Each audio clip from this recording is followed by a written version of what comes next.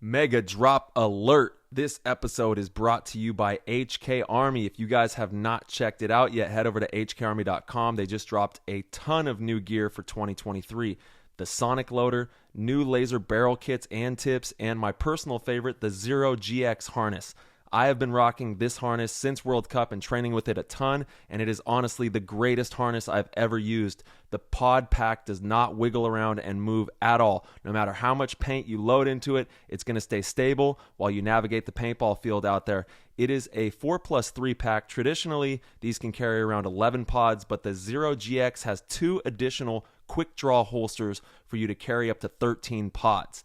Now let's talk loaders. There have been a ton of new loaders released at Cup, and I'm sure a bunch of you are still wondering what to choose. If you're looking for something affordable and amazing, the HK Army Sonic Loader gets the job done, reaching 16 plus balls per second and coming in under $100. So all those fans out there adding paintball gear to your Christmas list and getting ready for the 2023 season, make sure to check out hkarmy.com for the new mega drop. Use code PTG and get free shipping on your next order. Go check it out. This episode is brought to you by Lone Wolf Paintball. They are an amazing online supplier and have been around since the beginning of the game as Michigan's premier paintball field and paintball supplier since 1987. They are rapidly expanding into the online retail space and supplying everything you need to be the best paintball player you can be. They have got it all. Head over to lonewolfpaintball.com and shop all of your favorite brands. And they also boast amazing customer service and will have this out to you with same-day shipping, which is amazing. It's always nice to know that your stuff is on its way immediately so you can start to use it that very next weekend of play. Check out their YouTube, Lone Wolf Paintball, and their Instagram @LoneWolfPB, and stay up to date with all of their deals and sales. Play the Game podcast is immensely honored to have them on board, and we cannot wait for you guys to check out lonewolfpaintball.com and become a part of their community. Today's episode of PTG is brought to you by the one and only Trans Labs that brought the world 2 amazing products. First off, Transfuse, which is a hydration multiplier, and most recently they just dropped Transcend, which is a nootropic energy formula. No matter what you use, when you choose Trans Labs, you are going to be boosted and you are going to be ready to charge the paintball field and win out there. With Transfuse, that is a premium rapid hydration multiplier and immunity fortifying formula scientifically designed to replenish you at the cellular level. And they use all natural ingredients in this product. We've got zinc, we've got vitamin B6, we've got vitamin C, sodium, potassium, choline, and it is an amazing way to make sure that you're hydrated and prepared to play top-level paintball. When it comes to Transcend, that is a premium nootropic energy formula designed to increase cognitive performance, elevate mood and clarity while supporting long-term brain health, and it's going to leave you feeling great with no crash or jitters. It's one of the only products in the nootropic space backed by research studies to ensure the formula is correct for optimal performance. It is more potent than anything on the market, and it will keep you charged and ready to win out there. I take 1 scoop, but if you're stimulant sensitive, take a half scoop, and if you want that LFG dose to launch to the moon, dump 2 scoops in your drink and you are going to be flying down that paintball field. Comes in 2 delicious flavors, Baja Blast and Skittles Candy for the Transcend. And for the Transfuse, they have 2 new flavors as well, Pineapple Express and Hawaiian Punched. So if you get a chance, head over to translabs.com. That's TRANZLABS.com. Use code PLAYTHEGAME and you'll get 10% off. If you subscribe to a monthly delivery service, you also get 10% off as well. So you could take advantage of 20% off on these products. Head over to translabs.com and give it a go. What's going on, PTG Nation? Thank you guys so much for tuning into the show. This episode, we have the president of the NXL, Tom Cole, on the show. Lots of big changes coming in 2023. A lot of really exciting things to look forward to in 23 and beyond. So really awesome to get to sit down with Tom. Tom is always a great guest. Gives us really valuable and knowledgeable insight into the game and into a lot of the league's decisions. So we thank Tom for his time, and without further ado, we're going to hop in the show. That was an insane inside move by Marcelo Margot. Great communication. And the crowd starts chanting Harmon. Great shot by all the guys, though. Tyler Harmon saved that game. He came out with 2 wins. Marcelo Margot was on fire.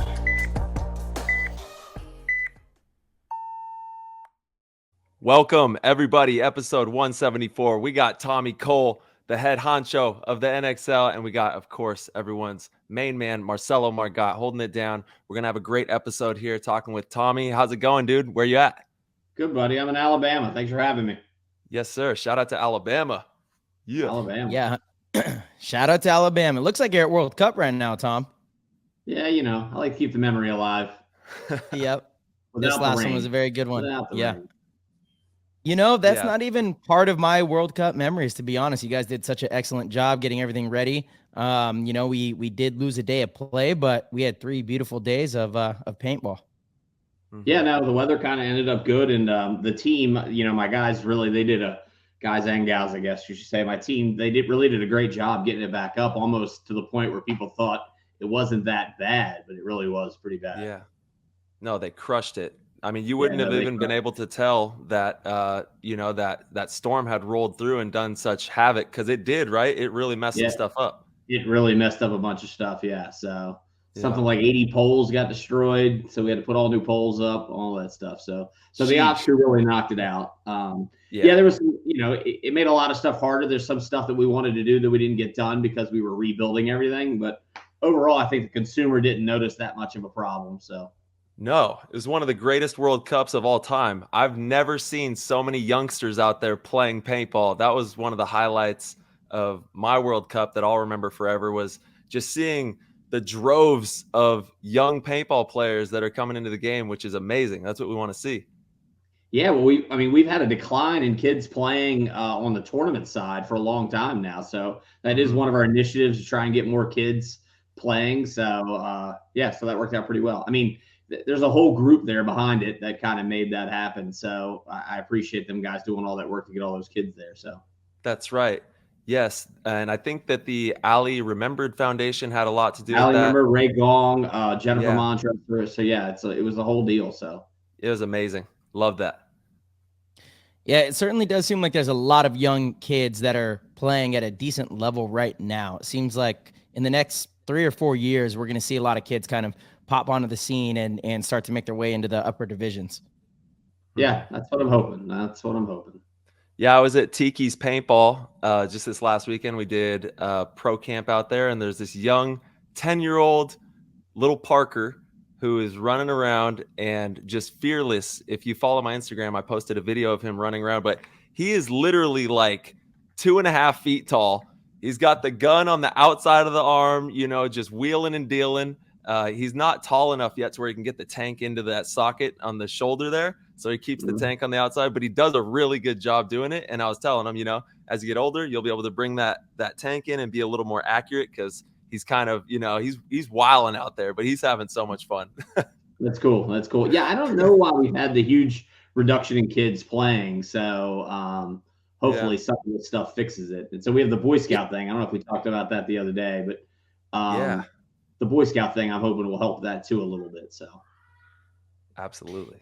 Yeah, and can we talk about that a little bit, what the Boy Scout thing is and what that's going to look like?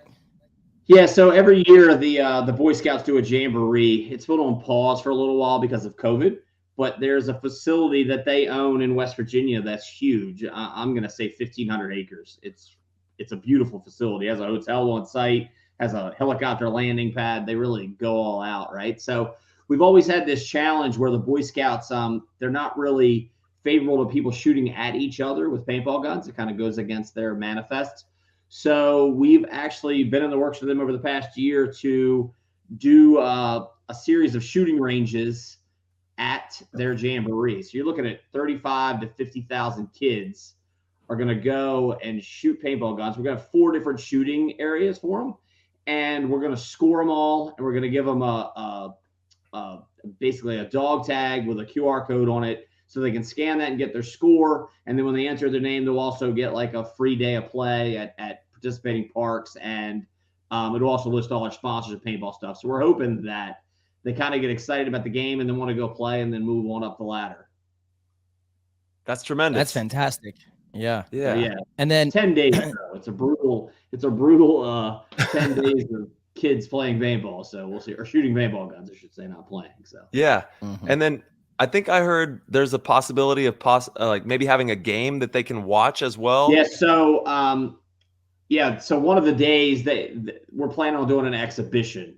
So we're going to either get local people or maybe some people that want to come in. I know Dynasty had said something about they might want to come in, but to do an exhibition so the kids can watch, and then we would do an autograph signing session. Yeah. I think that's one of the things that Go Sports and paintball in general, we need to do a better job of like outreach to making fans, right? So we always concentrate mostly on getting more people to play, which is definitely a big part of our directive, right? But another thing is to get people who may not want to play on the professional level or play on the tournament level just engaged enough to watch it. So if you meet, let's just use Tyler, if we meet you at an event, you get a couple kids that are fans and they find out there's pro paintball and then they go watch it on Go Sports, they may be a fan of yours for life, right? Because they now know who you are.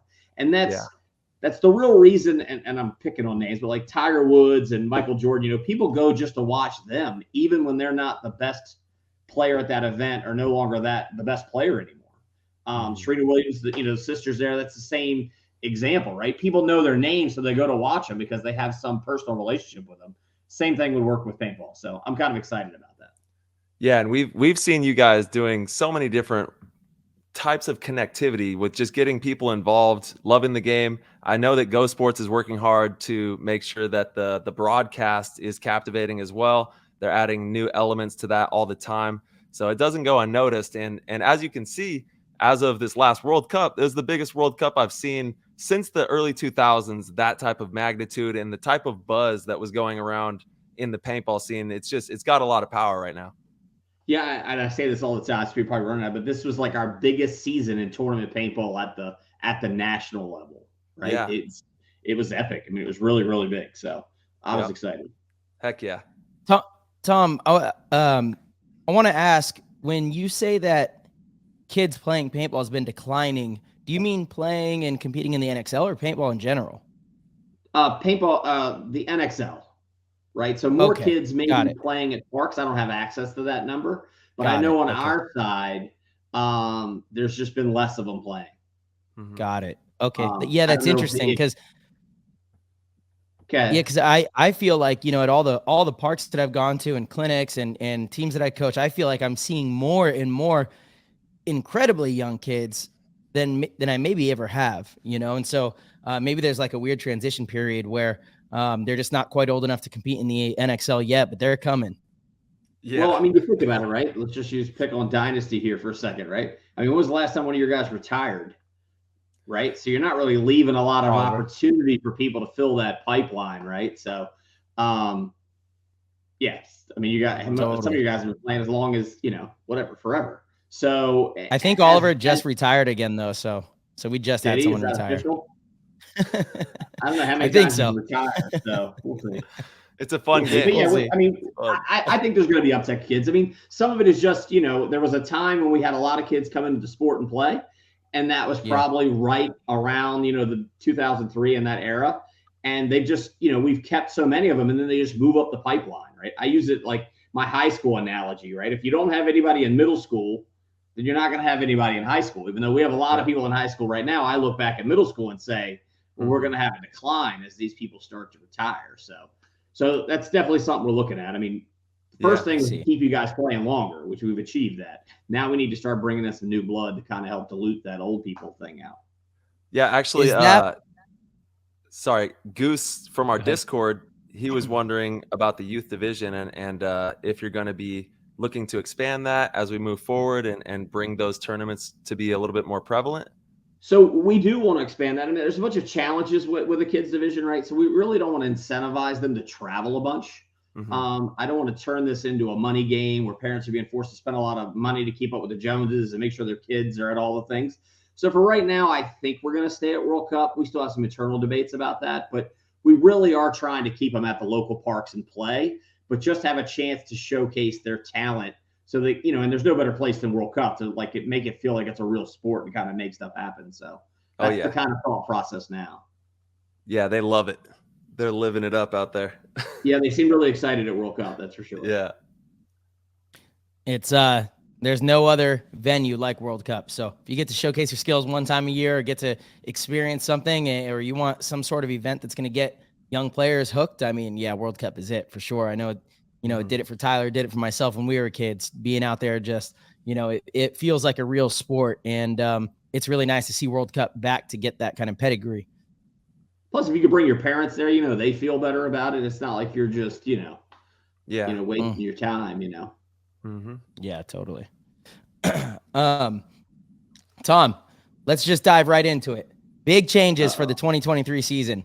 2023 season, big changes with the layout release. Let's talk about this, how this decision came to be, and why the NXL thinks it's better for paintball.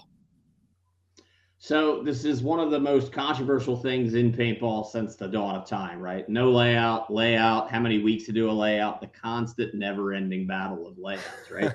And, how that's going to affect the big money teams and the poor teams and how it's going to affect the park. And the challenge is we don't really know the consequences of what's going to happen, right? Like, back in the day, we didn't even have a layout. Right. So, and people still practiced, and obviously the big money teams still had an advantage in that era. And I use Dynasty example. That kind of blew my mind when Dynasty didn't do better at the non-layout weekends, which has been a sore topic for me and Marcella. And so one of the big arguments that we get is I call it personal equity or home equity. You know what I mean? Like every time you leave the house to go play paintball, you're checking at a chit, against your family to say, hey, I'm going to go do something without you or go do whatever, right? And so we realize that as players start getting older, they have to start making decisions, whether they want to be involved in paintball and not involved in paintball. And I think this will kind of help some of those people stay in it longer. It will also save some money for the travel weekends where everybody's got to travel to kind of go and play paintball. We have a chance for a little bit of a downturn in the economy next year. So I figured this was a good year to try that and see how it goes, right? So we did the opens without layouts this year, and we did the majors with 2 weekends. And so we got really good reviews of the no layout, but we also realized that no layout might have a short-term bad effect on local parks. So we felt like the 1 weekend was a good hedge between the two. Yeah, it's difficult, and you are absolutely right. We don't actually know how it'll turn out until we do it. My assumption is that the 1 weekend won't actually save many teams that much money, because now they're going to just try to play, as soon as the layout gets released Wednesday, they're going to try to play Thursday, Friday. I know that's what our practice schedule is going to be now. We're going to play Thursday, Friday, Saturday, Sunday, which is more difficult you're thinking more on the pro don't have a job kind of world, right? It's a small percentage of even our customer base. So yeah, but that's my point. When you live in Texas, right? You're going to practice the 1 weekend before. And I don't know. I don't know what the diminishing return is on how many days you need to be on a layout. At what point in time do you guys feel like you've overplayed the layout? I don't think you do really too much. But hold on, I want to finish my point though, really quick. In regards to our team personally has, like Mikey, for example, he has a job that he works Monday through Friday. A lot of paintball players work Monday through Friday. So it's going to be difficult to get the whole team together. There's only a very select few teams that have players that only play paintball. And those are the teams that are really going to benefit the most, because they can go Wednesday all the way to the following Thursday and get time on the layout. Now, as for the divisional players, there's multiple schools of thought on this. I've always said that I don't think that the divisional players have to play the exact same thing that the pros play. The divisional players, maybe blind layout 1 weekend, pros 2, so I think that there could be a difference, but saying there's something the same, I see it as a huge problem for teams in the Northeast, where if you get 2 weekends, at least one of your weekends might not have so much rain that you can't even practice. If the weekend before the event is bad, now like so many teams are going to go into the event not even really getting any sort of decent look. I know you can run into, weather is tough thing to plan for, but I think it just makes it a little more difficult. If you difficult. look at it, something like 80%, let's just use D4 as an example, 80% of our D4 teams are from that local market. They're not flying in from California to Philly to play D4, right? That's just not how our customers do that. So if it rains in the Mid-Atlantic for the Mid-Atlantic Open the weekend before, then everybody's dealing with the same consequences. Yo, hold on.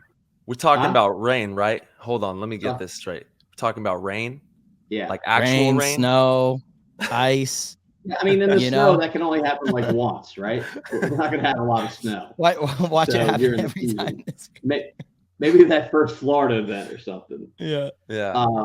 So, and the other thing, and this is Jason Edwards, I'll give him this plug because he hit me up with this like a year ago, and it's been in the back of my mind ever since. So we've obviously had a stagnation in the pro market, right? That's my opinion. I should say, obviously. I believe there's a stagnation in the pro players, right? And you guys are not giving people chances to move up because you guys are staying in your lineup, right? So when you're grinding it out on a layout, reps are everything, right? So if I came to play for Dynasty, we'll just use imaginary stuff. So I come to play for Dynasty tomorrow, you guys are going to bench me all the time. And then every time we go to do a layout, you're going to keep putting whoever in the snake, and I'm never going to get an opportunity. And then when I do get my one opportunity, I'm probably going to try and wipe a hit and get you a big penalty in California. So, sorry, I'm taking shots whenever I can.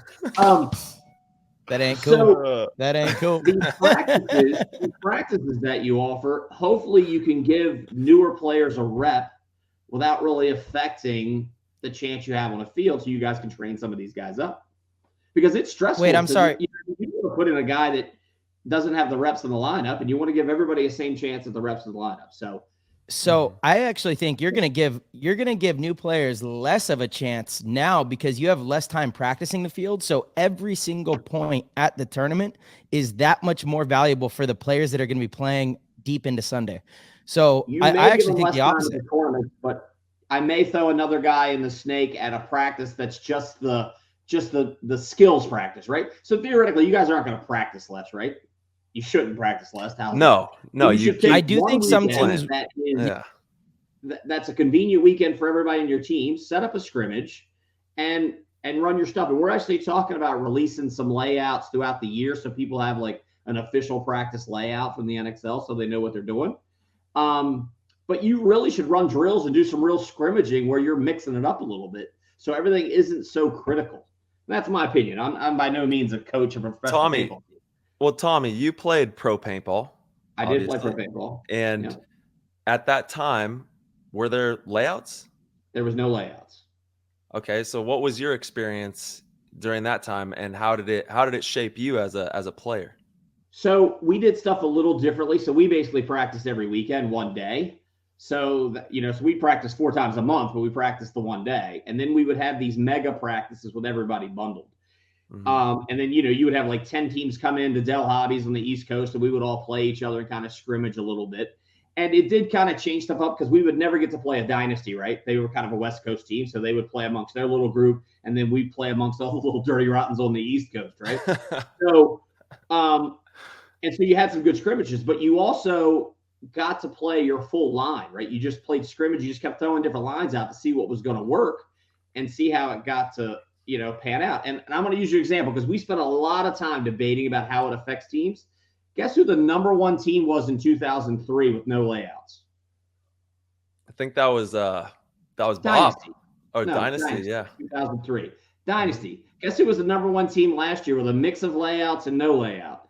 Dynasty. Guess who was won the ICPL 2 years ago or something? Dynasty, right? So it's the better players are always the better players, right? So, and I know we try and do all this stuff, but a lot of times it's the same exact people, no matter what you do to try and change things up. So that's my theory. Yeah. So, and that's you still got to keep really playing. The stressful and the shitty part about my job is sometimes you have to make these decisions that are just tough. Tom, I would have preferred completely blind layout to one weekend. So to be honest, you'll get your goal in the future. Oh. Yeah. Just saying, because again, I think the one weekend, it just gives the teams that can do it financially the ability to practice from Wednesday to Thursday and have 4 extra days on the layout, which if you only have one weekend on a layout, those extra 4 days really, really matter.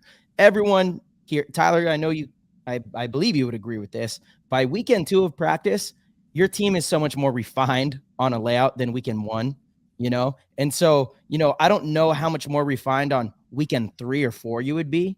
Maybe a little bit. I'm not totally positive, but certainly there's like a steep learning curve from weekend 1 to weekend 2. So the teams that can afford it, that are going to go, Wednesday to the following Thursday with a day off, maybe, I think they're going to benefit the most. They're going to come in so incredibly sharp and tuned into that layout that it's going to be a huge advantage. I know originally you had thrown around the idea of a mixture of blind layouts and full layouts. Where did that change? Because I actually like that idea of doing, 3 events that were traditional, two layout weekends and 2 blind layout weekends. So once again, we're looking at this from the pro version, right? Where we are throwing out a layout and not throwing a layout. So let's just say you're a Chicago-based team and you're going to play one event a year, right? You're going to play Chicago. So if that ends up being the one event that's got 2-week layouts and you don't like layouts, you're screwed. If you're the team that doesn't want layouts, you're screwed, right? So when you do anything that rotates between the events, you're creating this weird demographic to where the people in that region are 50% not going to get what they want. You know what I mean? So, and another big plus is let's think how to explain this. So when we release our schedule, right, we're basically tying up 15 weekends a year, right? Just in the US. So now we are tying up 10 weekends a year, which gives 5 more weekends for other leagues or other events to kind of put an event out there.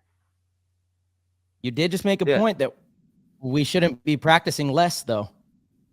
Yeah, but it's not the whole world. So the difference is if you pick, you're going to practice on June 1st, let's say. That doesn't mean that if I threw a tournament on June 1st, you guys wouldn't get a chance to play, right? Or, you know what I mean? It's not like, so right now, if you have a tournament out, let's just say you announced before I did, and you said, we're going to do a tournament in Philadelphia on June 7th.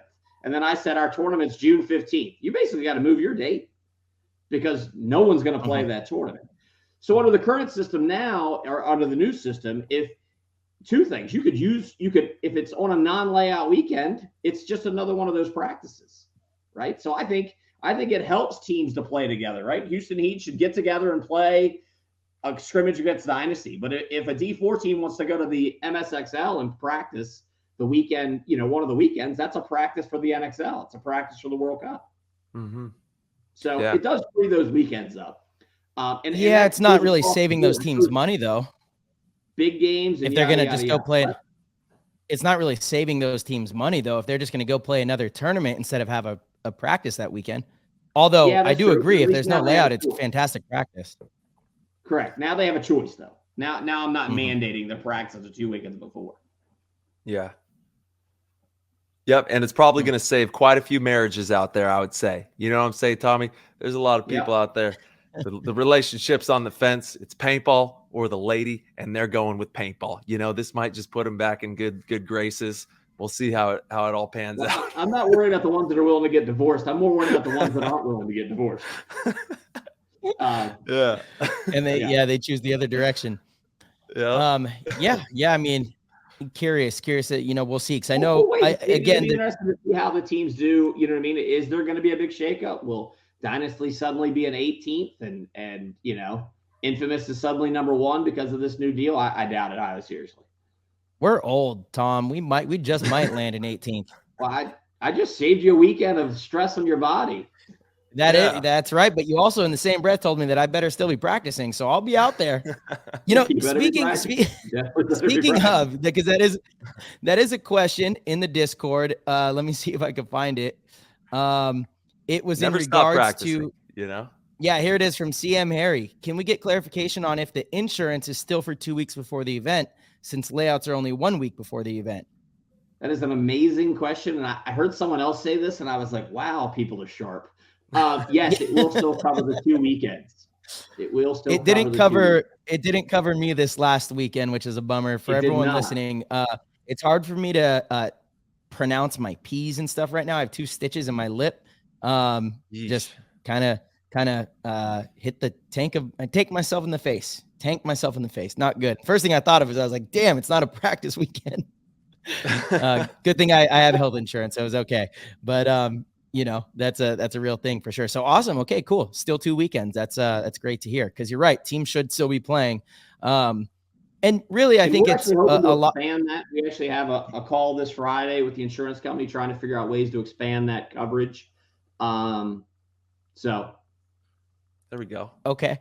Kind of like just the duration of an NXL season, maybe. Well, so basically the way it is it goes by what events we've picked. So we're looking to add some other events in there. Like we'll just use Ion for example, right? Or Living Legends, right? Maybe we name Living Legends as one of the events that we're going to have covered, right? And so then anybody that was an NXL guy or a Major League Paintball person could then play Living Legends and be covered at Living Legends or at Ion. Oh, that's amazing. Oh, I see. Wow. So that's stuff absolutely. We're trying to add now, right? Yeah. And a lot of this stuff, and I don't know if this is the right way, but the way I do stuff is I basically try and get in the door, and then I start trying to expand the operation at that point. So. Yeah, man. Got to get your foot in the door first. Yeah, got to go with the short sell. You know what I'm saying? Well, I know there's a lot of people out there that are super appreciative of, you know, the care that goes into making sure that everyone's protected when they're playing these events and setting up such amazing venues that you guys have been doing for so long and carrying into 23. I'm sure the venues are still going to be top notch. We're going to be having people out there running around, bunkering each other, having fun, and still, you know, playing for the love of the game. I hope so. That's for sure. Yeah. Well, you guys are crushing it. The tournaments are massive. I need you as my hype guy all the time. Yeah. Tom, you know we love you. You know we love you. Before we were on air, you had mentioned that it was like the first bad text message that I've sent you, maybe ever. You know, but I was like, oh, I don't like this one, Tom. The one I'd rather go blind. Sure. I don't like that one. I was really surprised because usually my uplifter, right? I get something from you, and it's gonna be something good, and then it was this sucks. Hey, I'm just, you know, look, I'm just, I try to be really honest with how I feel. I'd rather everybody just keep it real. I don't want a bunch of bull crap being fed to me. You know what I mean? Yes, sir. Totally. We can't improve and can't get better if all we're doing is hyping up. Like Alex is no fun to talk to because he's always like, just whatever you want to do, Tom. It's a great idea. He never once says, you know, that sucks. Yeah. Tom, what about the field owners? That's like a big point of conversation when it comes to one layout weekend. A lot of field owners feel like they're going to lose revenue from that second layout weekend of practice. Yeah, if that's their entire business model, yeah, we have bigger problems than the layout thing. So that's one of the things we're trying to alleviate. We're going to try and, you know, they're going to have to change their business model a little bit, that's for sure. And one of the things we're looking to do is release an official practice layouts. So that's something that they can use. I like that idea. Yeah. And we will help promote fields through our channels if they want to do like a mega practice. Like, I think that's really what the fields need to do. Because, so think about it. If you're in, and I'm going to use the Mid-Atlantic again, you know, there's 10 fields in a small area and they're all vying for those practice weekends. So what do they end up in a price war, and they end up super competitive.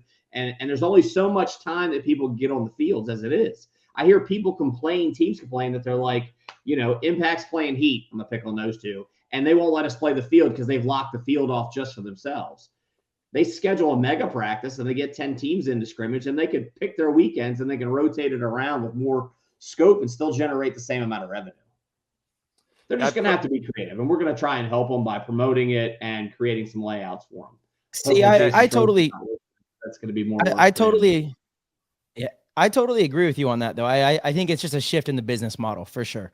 The 2 layout weekends has been the excuse to get people to your field, but you should still be able to get players to your paintball field, whether it's by throwing small events of your own, or having, you know, like you're saying, a practice layout, or, you know, some sort of mega practice. It also frees up the day. And this is another argument that the pro coach people, you know, like let's use you two who go around and train people. This allows you to set up a real scrimmage where you can run it like a tournament practice, like a layout weekend, and you could help those guys become a better team on a weekend that you're not short serving your own team. We'll go back to the Ryan's theory on Texas, right? You were over there coaching some other team or something the weekend before or something, or whatever he had going on there, right? This will free you up to have weekends only, right? This is a Yeah, huge that theory was ridiculous. It was really dumb. It was at the event that I was helping another team, and you know, just because we didn't do well one day in Texas, that was apparently the blame. But in any case, that definitely wasn't the cause. And so freeing up the weekend before, pros won't be able to go and help teams though, Tom, because we're still Correct. going to be practicing. But they could do it on a non-layout weekend. Right? Well, no, like that's so. Usually there's layouts 2 weekends before the event. You're referring to the one weekend right before the layout releases. No, I'm talking to the pros are still going to practice. Oh, yeah, but we could do that anyway. But now your weekends are going to become more flexible, and so are the other teams, right? So if Dynasty has a practice on June 10th, you just tell the Wild Ducks who you're coaching, let's do a practice on the 15th. So that way you're not conflicting, and you can still give them 100% of your attention at a mega practice. I'm not trying to say that some D4 teams should be at the Dynasty Heat Impact mega practice.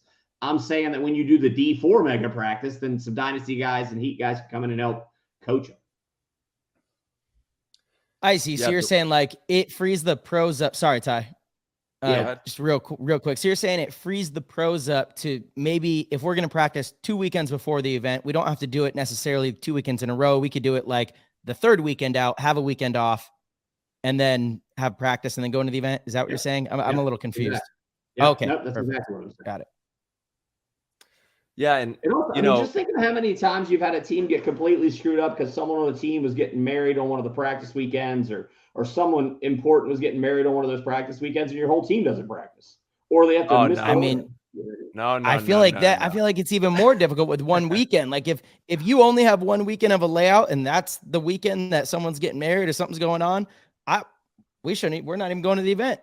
Why would we go to the event? Yeah, it makes it really possible. You have less options. No way. It doesn't matter what's going on. We go to practice. You know what I mean? And we go to the event. We do. Yeah. 100% right. we do.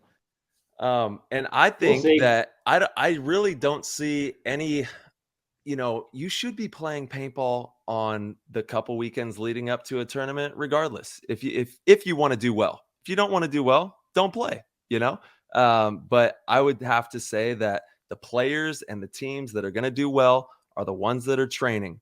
The training is going to commence, the 2-3 weekends, and fields are going to be packed with players having to get super creative in the training process to approach being a great player, being a great teammate, having fundamentally sound things going on in the organization, because it really doesn't matter about a layout. To me personally, if you have people that fundamentally are sound as a player, Marcella, you're as sound as they come in all of these facets, you know what I mean?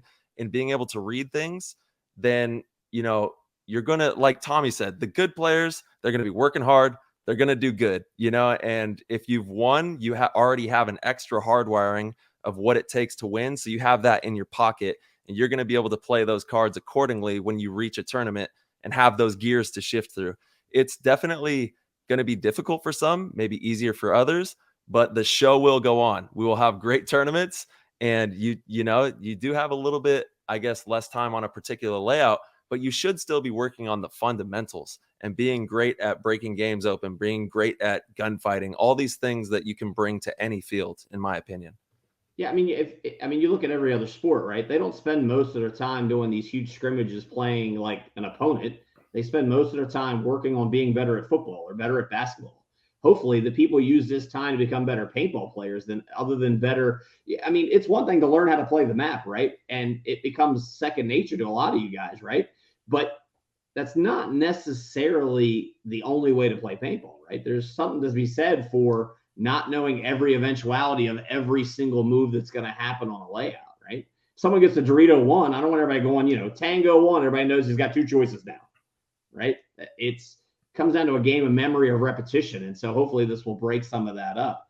And if you're going to change, no matter what you do, right, change is going to be painful. There's going to be someone that like it, right? Like, you know what I mean? If you made horse buggies, you were mad when cars started. You know what I mean? There is someone who's always going to be mad that you're hurting their livelihood. But that doesn't mean we should have stuck with horse buggies. They're so cool. We should have stuck with horse buggies. They're super cool. Very getting my reference to them. Dude, you pull up on a horse buggy, it hits different. You know what I'm saying? Yeah, exactly. So, I mean, there's going to be some complicated with the changes, and maybe this ends up being a step. If the fields can adapt to a new program, maybe we do go to no layout. We'll test it and see how it sees for a year, and then maybe we'll come up with an audible here. Mm-hmm. Yeah, I hate for the pro division. So I don't love comparing it to football and basketball because it's just a completely different sport. The football field never changes. The basketball court never changes. So you don't need to scrimmage other teams to see those reps. You run your plays and you have film that you could study that's consistent about the opponent, right? You have film that you could study that isn't going to change because the football field doesn't change. Where paintball is unique in that you do need to see your opponent on a certain field. But a paintball field doesn't change either. The bunkers change. The football field changes because the players change. You guys all start in the exact same spot every time. They don't start anywhere near the exact same spot in a football game, right? They change around everywhere, right? You start the exact same spot, guys. The only thing that changes is where the obstacles are. And the obstacles are the completely same different year. though. The obstacles are the biggest part of it though. That's the biggest part. What can you shoot? What can't you shoot? The Dallas Cowboys in a paintball game, I'm guessing. Oh no, not if they're running through the bunkers. Cowboys in a paintball game. I'm pretty confident that Tyler and myself could probably take on the offensive and defensive 22 players. I'll see if I can't set that challenge up, but there'll be no layout. Damn, no layout. What'd you get me into? Oh wait, I can't practice the layout. Let's get Chris Odom on the line. We'll see.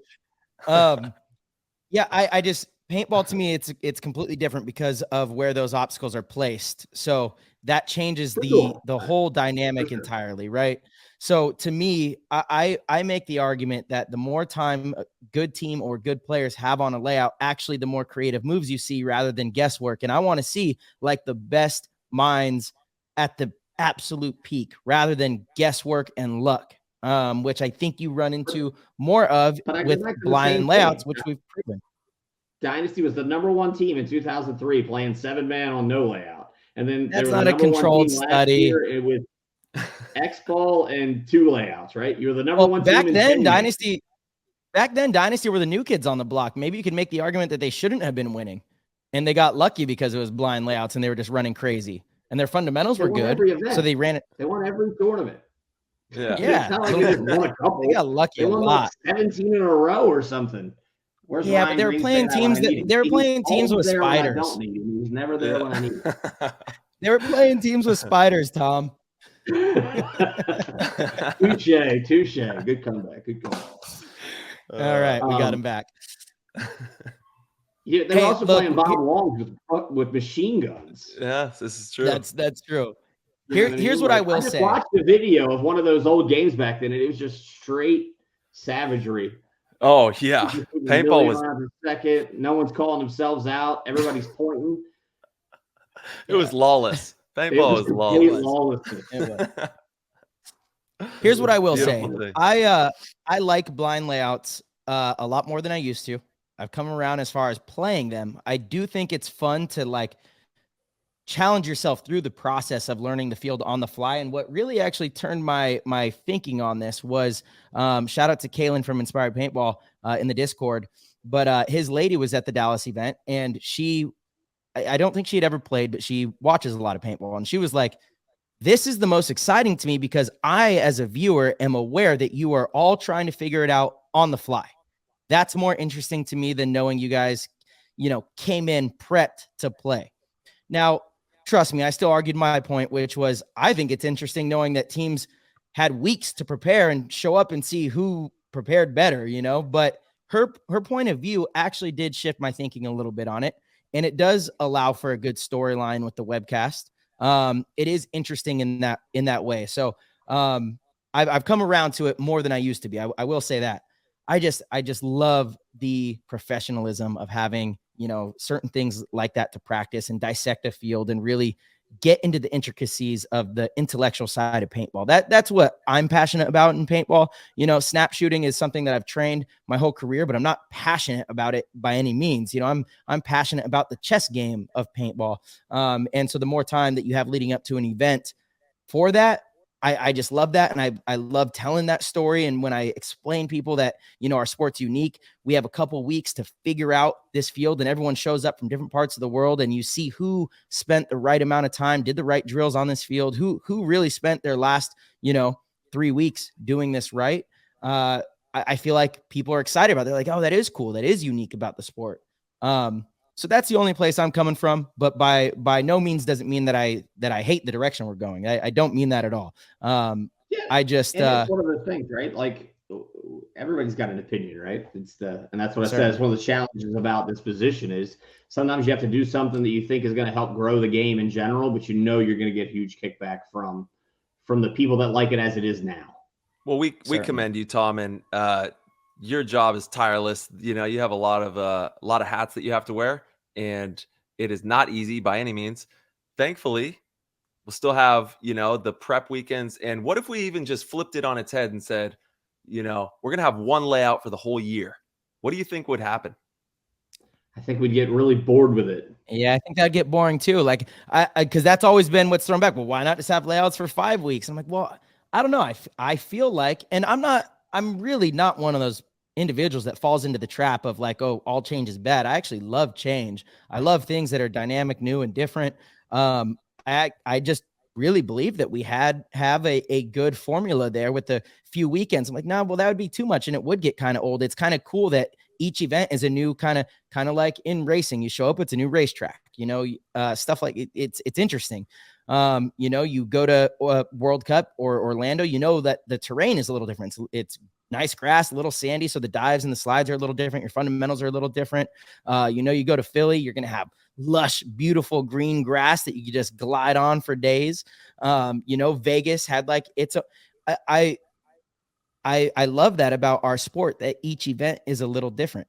I think it plays into it with the field layout and the preparation, so one layout for the whole season, I do think that would get a little boring. We would see some like intricate, like top level, over the top thinking, like, in a chess match, you go like 3 deep or 4 deep on moves. It would be getting to like 10, 12, to where you're like, what are we all thinking? What are we going to do out here? Yeah. Yeah.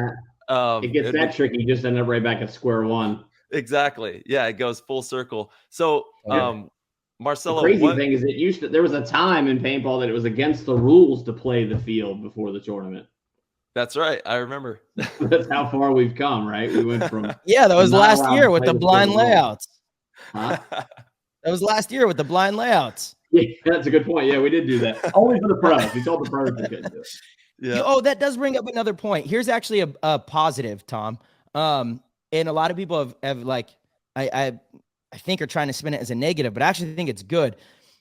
The teams and players in an area with really good fields that do cater to tournament paintball are going to be better off. Paintball Fit's a great example because they have the lights. So they do a great job of keeping people at their field already during the week, Wednesday night paintball, Thursday night paintball.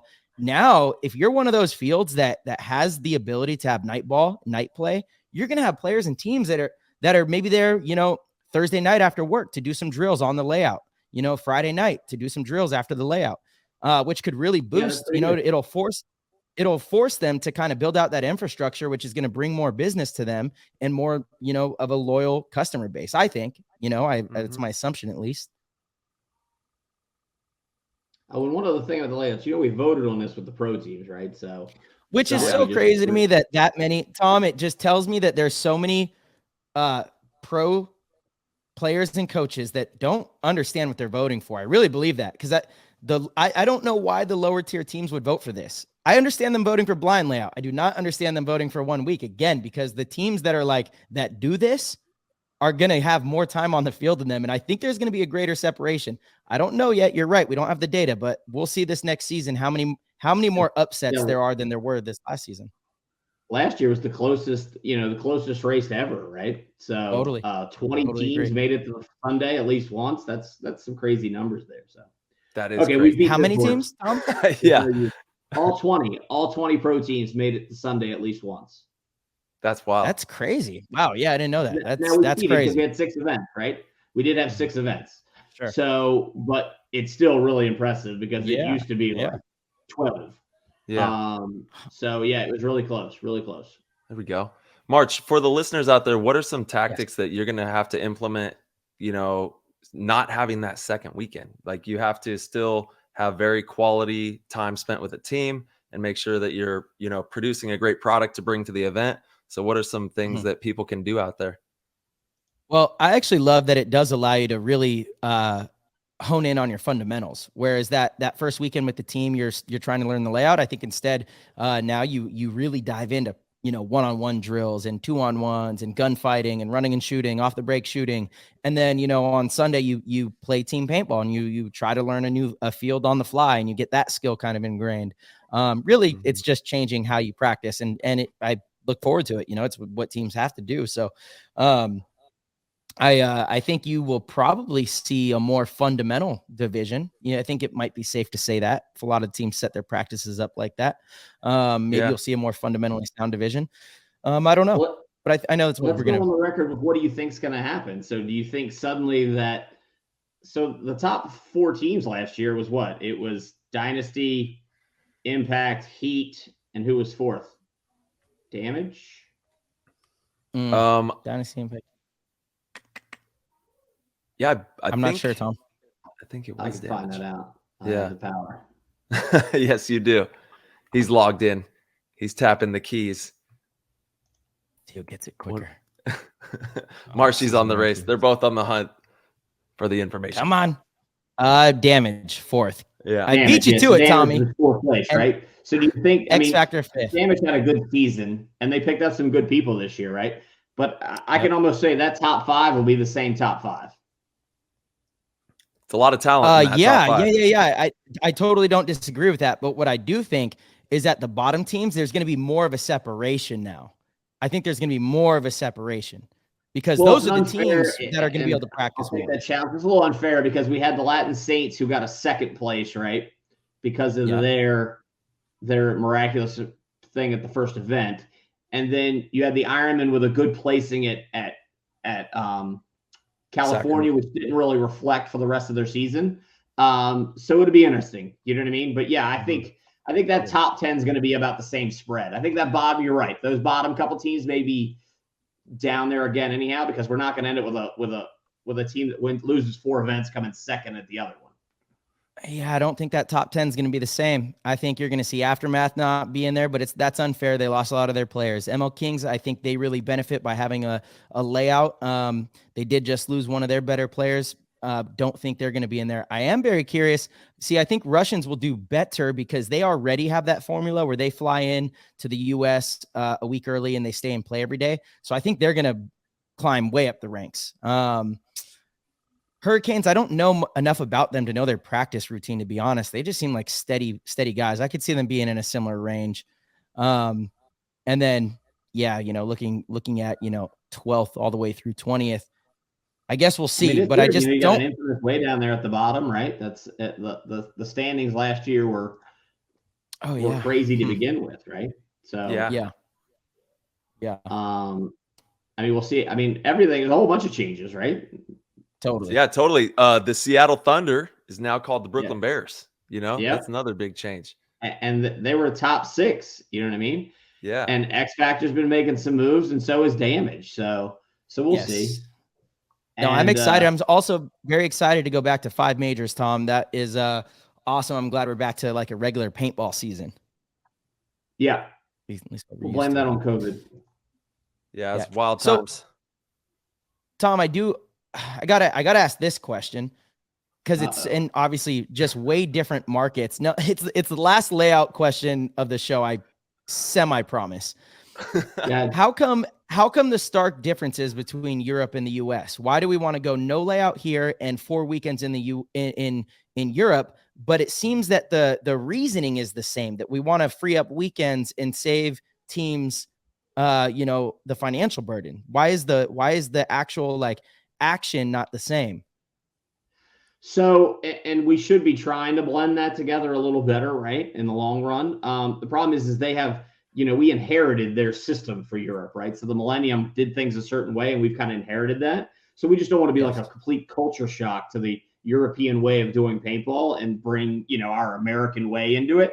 But But I would like to see a little more synergy there between the two leagues, and that's something we're working to. But they also, at this point, don't have the traveling teams like we do in the U.S., right? So Luckies, right? The Luckies play out of the UK at that one field. They're all based around that field. So it's not like they're flying to Germany to get a good scrimmage in on the layout weekend. I mean, basically in the U.S., the 20 pro teams, they're all flying somewhere else to go play, unless you're lucky enough to host, X Factor hosts a practice, right? I think they're the main one that gets them in damage, right? Gets to host the practices, right?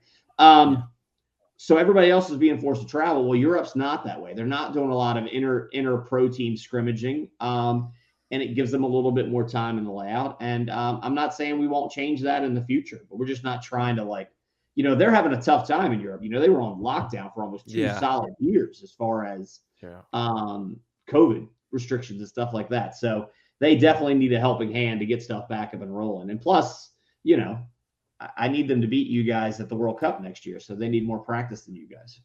There we go.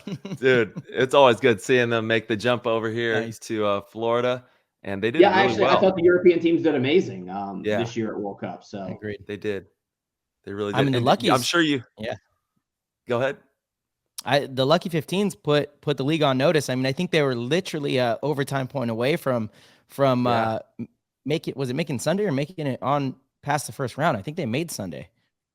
Yeah, right? and I think it did two things. I think there was a misconception, and I'm sure there's still this misconception in the world that the Big Four are like so much further ahead of all the other American teams. So they beat the Russians, and I think they thought, well, we just beat the hardest team over here. Now we got this. And then they run into a Revo and just get it put on them, So the level of play in America is still really good. And I'm not saying there's European teams that can't beat them, but there's no one you can let your foot off the pedal. It's funny. I was talking to Randy one time about why we don't rotate more people through the line or whatever, and do you give other guys a chance when you're up? And he's like, you're never up enough. Yeah, He's that's like, so true. You lose the point and suddenly the momentum's turned and now you're in for it, right? And then ever since then, I've watched it happen where the momentum will switch and some team that was just getting it wrung out of them will suddenly start putting some points up on the board. It looks like disaster is coming. You know what I mean? So I think the European teams both learned that they can win in America, but they also learned that there's a lot of stuff they got to do better. Yeah, I love that you say that because you're right. You're never up enough until that score has the differential where you win. That's the only up enough that, when the game's over. Because we play. Randy thinks I never listened to him. So there's Randy's shout out there. We play a game where it's a 6-point mercy rule. And in Orlando, the first event, Tyler, as you know, Aftermath was up 5-0 on you guys, and you guys came back and brought it into overtime. Didn't win the overtime, but still, no lead is safe. And that's actually a good point that we've talked about on the show before, Tom, is times are different as far as when Tyler and myself were coming up. We played, X-ball style matches that were 2 20, 25-minute halves. So teams had rosters of 15 players. I got to play because the starting line wasn't going to just play, 30 points in a row. So I got to play and I got to get that experience simply because there was so much more paintball in one game played. So you could kind of risk a little bit. People were more dynamic with game plans because, hey, if you lose a point, it's really not that big of a deal. You still have 20 minutes of play left. Yeah, but I also think the level of player is diminished, right? You take the number one player on Impact. He's not that much better than a player on an 8th or 9th place team, which that used to not be the case. It used to be that there was such a big difference between the great players and the good players. Now there's not as big a difference as much as the great players like to think there is. I think there is. That's why the same 4 teams are winning all the events, Tom. Well, no, they have a mass of the great players, but they still lose more matches now than ever before. And I'll give you that challenge. Go back to 2014 and look at how many times a powerhouse team lost a match, and go back to now and see how many times they lost a match in the prelims. Dynasty got relegated that year. Math, 2014. They used to lose. What's that? Dynasty got relegated in 2014. They played the champions round, right? Yeah, it's getting relegated. They got relegated to the challengers. Yeah, it was champions and challengers. Yeah, they got sent down to the challengers. I congratulated them. Like I went up and I was like, congratulations on making it out of that. I was like, I don't want to be condescending. And they're like, nope, that was the worst game of our lives. We'll take it. It's a win. Totally. It's a win. It was stressful. Totally. Yeah, because that ended up being like one of the most watched finals of all time, and it was in the Challengers division. It was Dynasty versus Infamous, that World Cup. Go Sports lobbies me all the time to go back to Champs and Challengers. So I liked it, to be honest. I really did. I thought it was exciting. I think it would allow for, we could probably expand the game time, and maybe that would allow more room on these rosters. I think there's a lot that could be done with that. Get away from split deck completely. I personally did like the Champs and Challengers thing, although I never. Biggest problem with Champs and Challengers, and there's obviously solutions other than my solution of split deck, but the difference between the level of reffing, right? So we're taking the 15 best referees in the world and putting them on the pro field, and that means I have to give the other field the next best 15, right? So I'll pick on teams that aren't around anymore. Trade My Gun, right? So Trade My Gun might just get red flagged to death on the pro field, and then when they move to the Challengers division, they win every time because the red flags aren't flying. You know what I mean? So it's not necessarily going to be the team that's going to be the best in the pro division winning their way back out. It may be just the best team that's playing under those conditions. That's a fair point. That was one of the bigger challenges that I had. Yeah, that's a very fair point. That does lead into we have Dylan Boyum, the Bruiser, in the Discord. One of his questions is, Tom, what is the reffing situation going into 2023? The rumors are that many refs will be taking a break from their jobs. Will there be mandatory reffing clinics for the new employees to fill those voids? And how many classes do they have to complete to become certified? It's a good question, Dylan. The paintball IQ has gone up immensely. So here at PTG, we got it. You know what I mean? PTG listeners are with it. And I'll take my shots again at Will Ball for Soup. And Will Ball for Soup, I said he should change his name to Will Create Drama for Clicks, right? He had one of the referees that was unhappy. And if you listen to the interview, he's basically unhappy that someone else has a job that he thinks he should have, right? There's always the guy that's sitting on the bench that's mad at the coach because he thinks he's better than the guy in the snake, right? So then he starts finding all sorts of other reasons.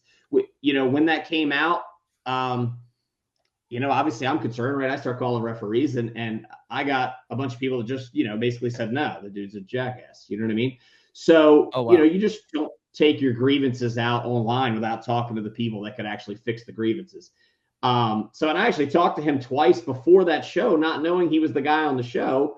And he never once complained to me at all. So, that's kind of a weird situation, but we do not have a ref walkout that I know of. Or any type of shortage. We always have some transition in the reffing. I think it's one of the hardest jobs that we do in paintball. Absolutely. And we do have mandatory ref clinics. We don't make them take 2. We have 1. But we are trying to beef up our advanced level reffing clinics so we can get more people from beginner to advanced rapidly.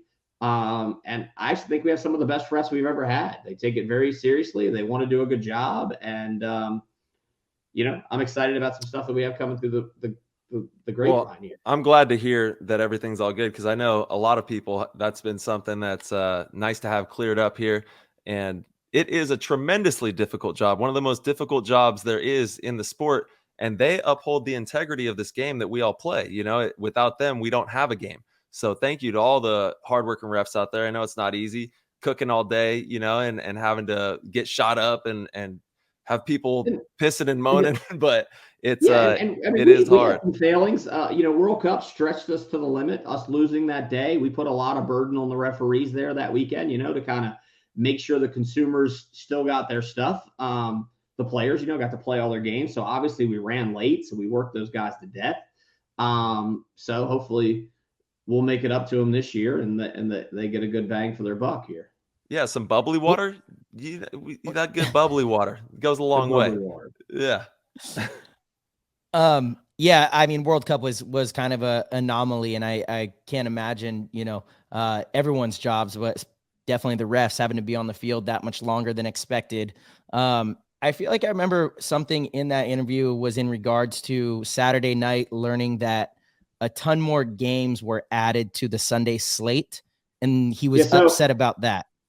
Yeah, historically he would be correct. So what happens is on Saturday night we have people signing up for the 10-man, right? And the 3-man and all Right. those, we call them Right. Sunday only divisions, right? Everybody gets knocked out of the Sure. tournament and goes plays these other divisions. So at a normal Sure. World Cup, that is why in the past we've ran late. So he's not wrong in that challenge. This World Cup, it was not the case. So we shut off Gotcha. registration the day that the storm hit, right? So we didn't take any more teams in those divisions other than what had already paid. So it's 6 of one, half a dozen another, right? We should never have the referees working past 5 or 6 o'clock, right? That's our job, right? Sometimes things happen that make that stuff go and run a little late, and we need to find a way to compensate those guys and make it good for them. So we do have a new program to try and both stop that from happening, but then also to kind of take care of those referees on the backside when it does happen. Yeah, I know that was a Awesome. difficult juggling act when that whole thing rolled through. And the tournament was, like we talked about earlier, one of the best tournaments in the history of paintball. To be able to rebound off of that and have still everybody be able to play all the paintball they want to play, it was really a saving grace there.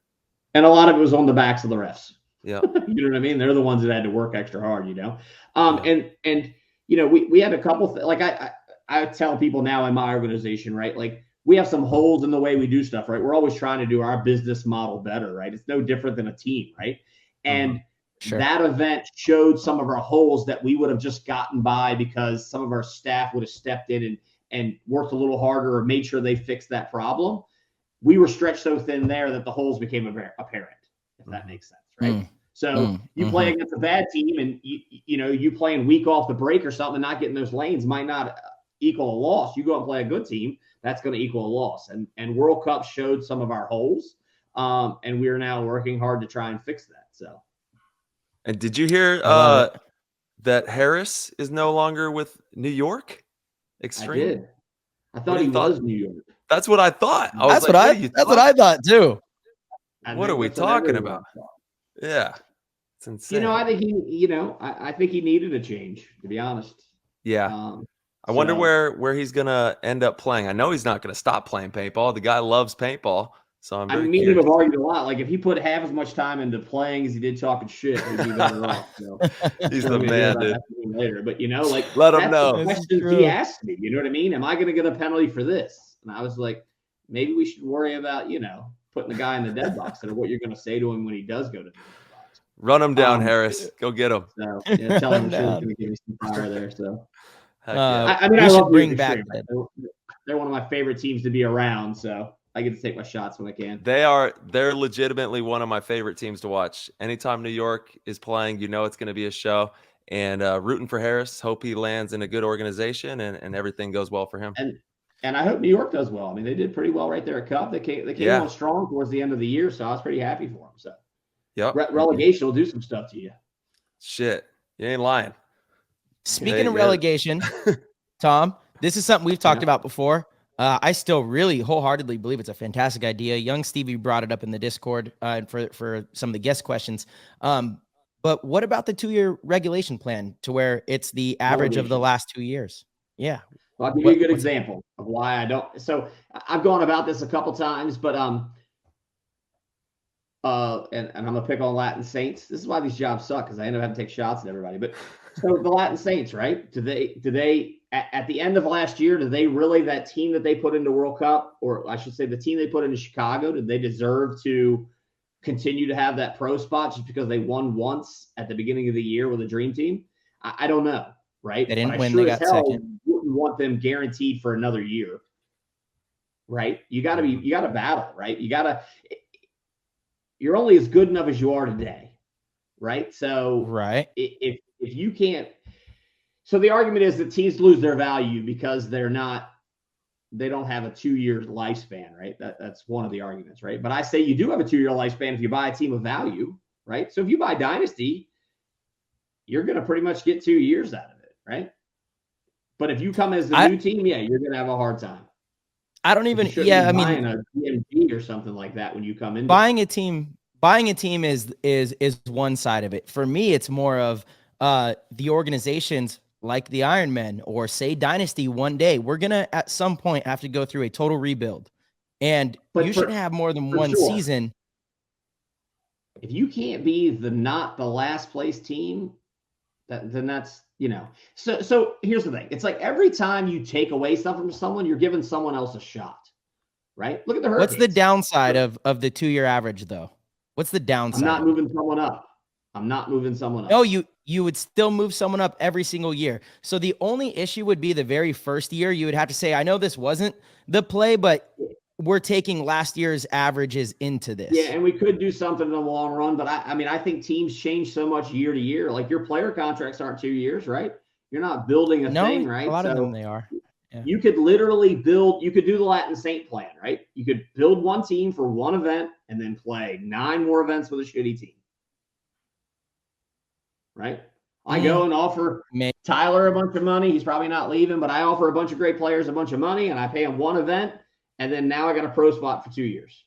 Well, see, I don't think so. Actually, I think it's more so like the Saints were almost still the last place team, only having 5 events. If there were 10 events, they would have to keep that team together. They couldn't just win one event and then suck for 9 events. They would get relegated.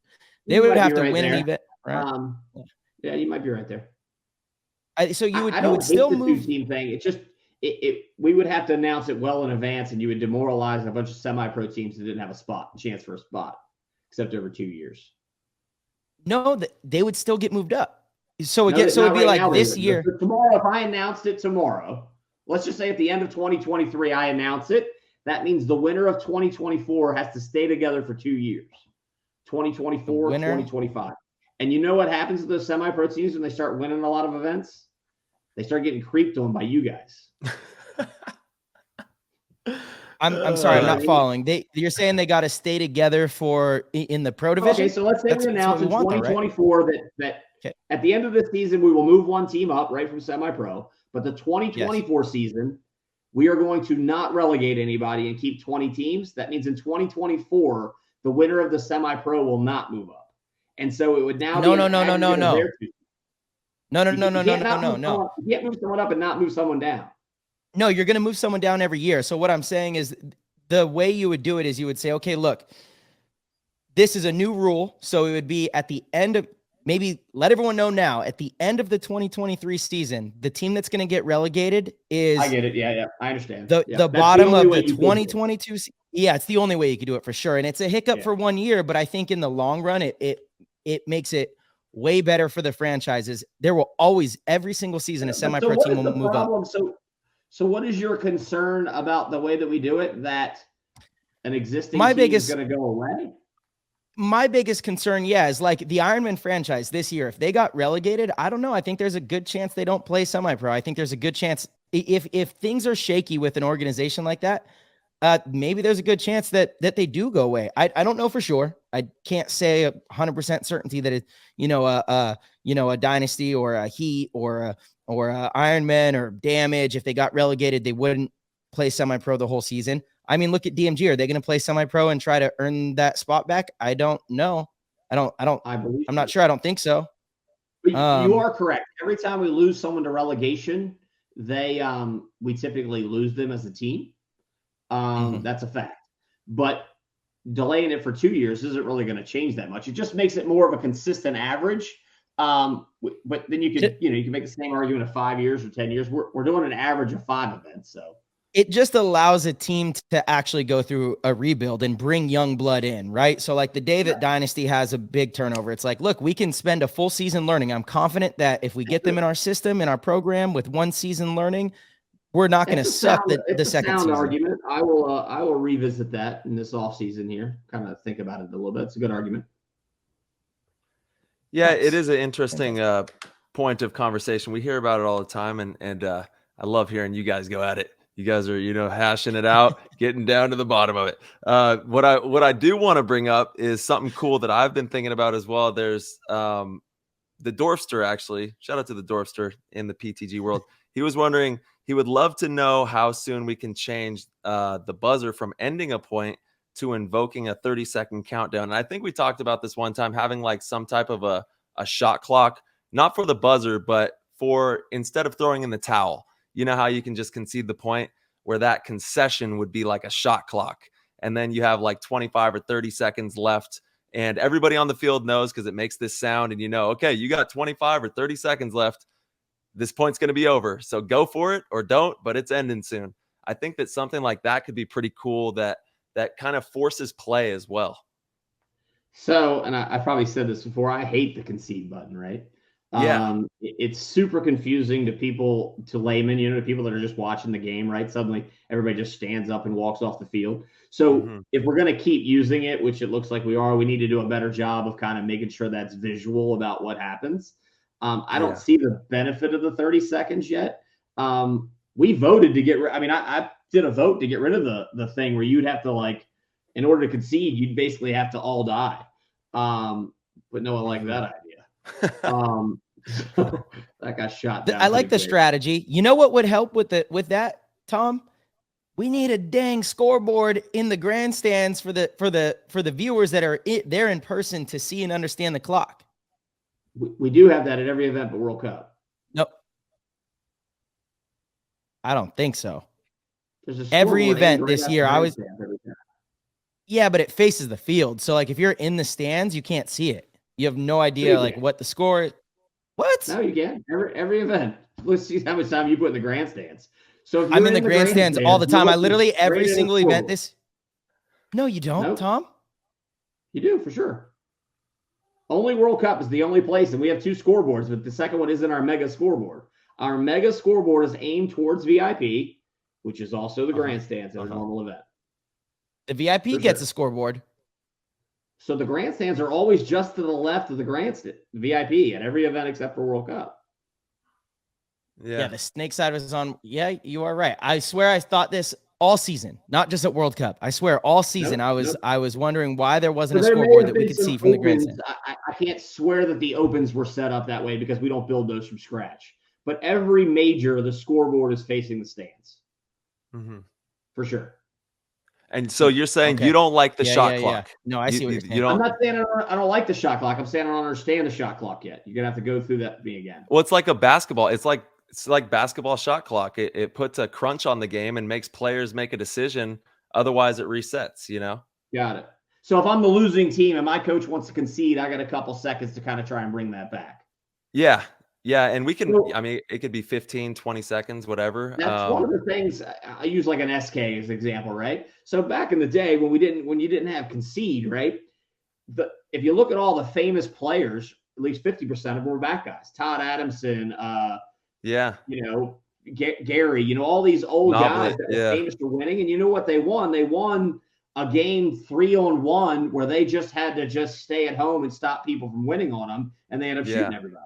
We don't do that anymore. If there was a Todd Adamson in the back center and it was 3-on-1, they would just concede that in 5 seconds. So we've made one less hero out of that thing. And I think it's cool to have those come behind wins and stuff like that. That's what's neat about once a team gets so far behind they can't concede anymore. It makes it pretty exciting. Yeah, that's really curious that you talk about that because you're so right. Back in the day, your back line was like your stars, your Rich Telford, the OG. Bob Long. I mean, I don't know if Bob Long ever knelt, right? Like Todd still hasn't knelt, right? So, Gary Nabla definitely never knelted. You know what I mean? Knelt down. So, and those guys are famous. They win because, you win that dirt video, right? You're the last guy and there's 5 screaming kids coming down to get you. You shoot them all and then you trot that flag back. It's inspiration to old fat people everywhere. Go watch Push. It's legendary. If you haven't seen it, exactly. Go watch Push.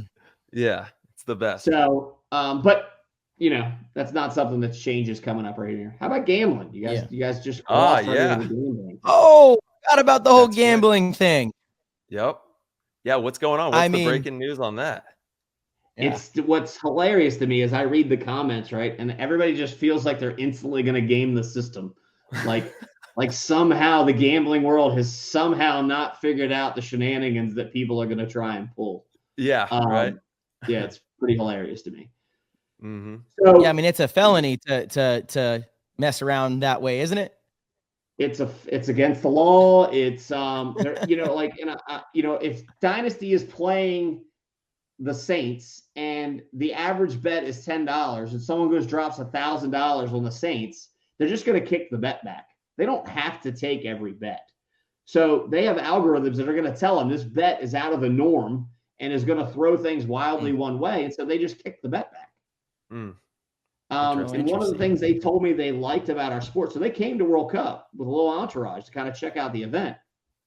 And they like how the point differential really matters to everybody all the time. It's not like, so basketball, you end up 100 to 150 and the over under is 125. You can just go ahead and start missing some points to try and bring that back together. In the NXL, you can't do that. You have to win as many points you can, and you want to try and rub it in as much as possible. So they say that the future of gambling, or like one of the biggest growing sectors of gambling, is the micro bets, right? So you start betting $5 every point, and Dynasty plays heat and goes, 5-7 or something, 5-6. That's a lot of little micro bets. Yeah. That's a really good point. It's going to change quickly. You know what I mean? You have, they substitute an Ollie Lang for a Tom Cole. Suddenly the bets all go the other way, right? Tommy, you still got it, dude. Yeah, I don't know about that. Come on. I don't know about that. I saw you out of the 10-man, Tommy. Now, right? You just can't just go, go back out there and like throw some moves on people and stuff. Hey, when is the I got to give major props to the UWL project that you did back in the day, because that was one of the funnest paintball formats I've ever played. And I was actually just talking to somebody about that particular style of play this last weekend and just how captivating it was. And you've been in so many different facets of paintball. You've seen it from the early years till now. So we couldn't have a better person at the helm, guiding the game that we all love and helping us to mature the game into the future. But any news on UWL coming back possibly in the future? I'll tell you something. I just watched a video the other day that I had made, because I was like a jack of all trades when I was running the UWL. And I have a slow-mo picture of you like jumping out of a bunker and pulling the flag and swinging it to your color or whatever. Man. I mean, you definitely looked good. It was insane. It's like Call of Duty domination video games in a paintball game. It was some of the most fun paintball ever. It was some of the most stressful thing to try and rep in my life. For sure. People just reinserting and shenanigans going on everywhere and everybody running around. Yeah. It was 30 minutes. The game was 30 minutes long. That's right. It was freaking insane. So it's good times, man. That's what it's all about. Yeah, no, I loved it. I'm thinking about throwing one retro tournament, to do, because so many people didn't understand the UWL at the time because it was complicated. But now there's a lot of people that are playing 10-man who might like that format. So yeah. And I thought it was great gambling. Format. Yeah, it was I've always wanted to do it on the pro field. I know you guys will hate this, but I've always wanted to have like some type of domination spot on the pro field so that it was easier for the spectators and it made it like, a little bloodfest up there, They turned the buzzer to blue, and then now Dynasty knows Heat's got it. They got to go get it back, and it just kind of makes people mix it out instead of that anticlimactic 90% of the time the buzzer's an anticlimactic thing, right? You put a buzzer at the 50 and you make some shit happen. Yo, damn, that'd be crazy. Yeah, that would. Tom, really what's Let's go back to the gambling. Talk to me. The gambling. What's the so without giving out too many names of businesses, right? So we were approached by a company that helps legalize gambling, right, for different sports. And one of the things is some of the gambling brands have bought sports channels to where they're going to showcase sports that you can bet on, right? So theoretically, let's just say that, you got I'm trying to think of a name. You got the Spider Sports Channel that only lets people sports on there that have exclusive betting rights with Spider. And so they're willing to pay the rights to have the viewership for that. And they also, now you get the added benefit of now we're on this 24-hour sports channel. And you have people that are, just got done watching ice hockey and we're gambling on that. And they go into an intro of like, here we have a paintball game that you can gamble on.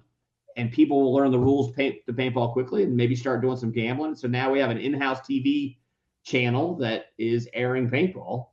And it also may get more engagement from people. I mean, there's a reason why the NFL releases their injury report, right? And it's not fantasy football. Yeah, you're going to get tons of new eyes on paintball. That's going to be amazing. We're hoping to get a lot of tons of new eyes, right? And so, and the neat thing about it is, that got released on like the Sports Wire. You know what I mean? So it's like, it's not like we just didn't see it on, PB Nation or something. Real sports companies saw that this big gambling company has started to work the process for paintball. So that was a pretty big deal.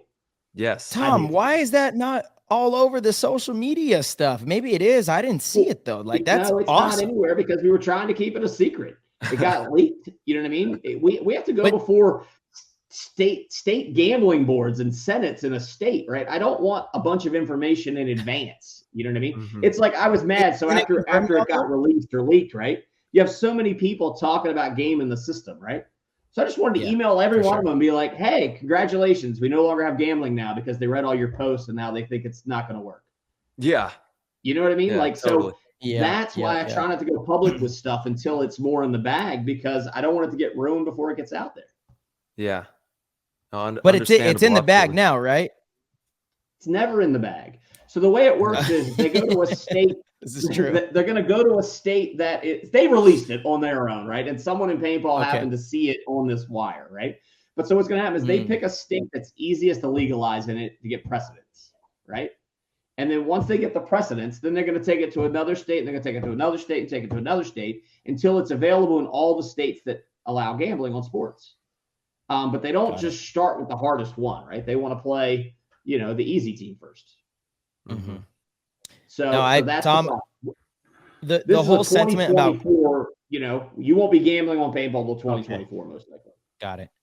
The whole sentiment on gaming the system and this is bad for the players and why don't we have this? I wholeheartedly disagree with that. For me, as a player that really cares about this game and the growth of this game, just like you, Tom, just like Tyler, I don't care what maybe hurdles we might have. What I do know is that gambling is so important to all sports. It is a crucial part of driving revenue, excitement, a fan base, everything. So I think it's fantastic news. I hope that we can uphold the integrity of the game along the way. I think we can. But I'm certainly incredibly excited for it. This to me was a major feat that you guys accomplished.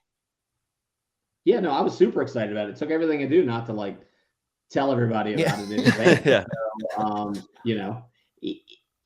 It's tough, right? We don't even share all this stuff with the ownership group, right? Because they're also teams and stuff, right? So we try and we try and release this when it's done, right? When it's wrapped with a bow and say we're now doing this because one, it looks like we're just trying to create buzz without anything real tangible. Lane always used to complain about the MPL. He's like, anytime things look bad for the MPL, they mention TV. He felt like they were just cheating just to kind of we have a new TV deal coming, So I try not to be that guy that's always selling something that's not going to come through because in the end, you miss with every shot you don't take, and I'm going to take as many shots as it takes, but I don't call everyone and say, that's a hit, right? Because everybody gets tired of hearing it. So I'll wait till we're on FanDuel or DraftKings or something, and you're the poster. There we go. I love that you make all the references to actually playing paintball. It's amazing, Tom. We got the OG player right here. Yeah. I'm gonna try and share a picture, but I don't know if I can do this. Tom's been in the trenches we'll wait for years. Oh, come on, let's share it. No, I can't. It'll be too complicated. It's got other hidden stuff in there. And we'll be here. It's an outside presentation, but it's got one of our things. But we'll wait. I'll save it for next time. Okay. Yeah, we fantastic.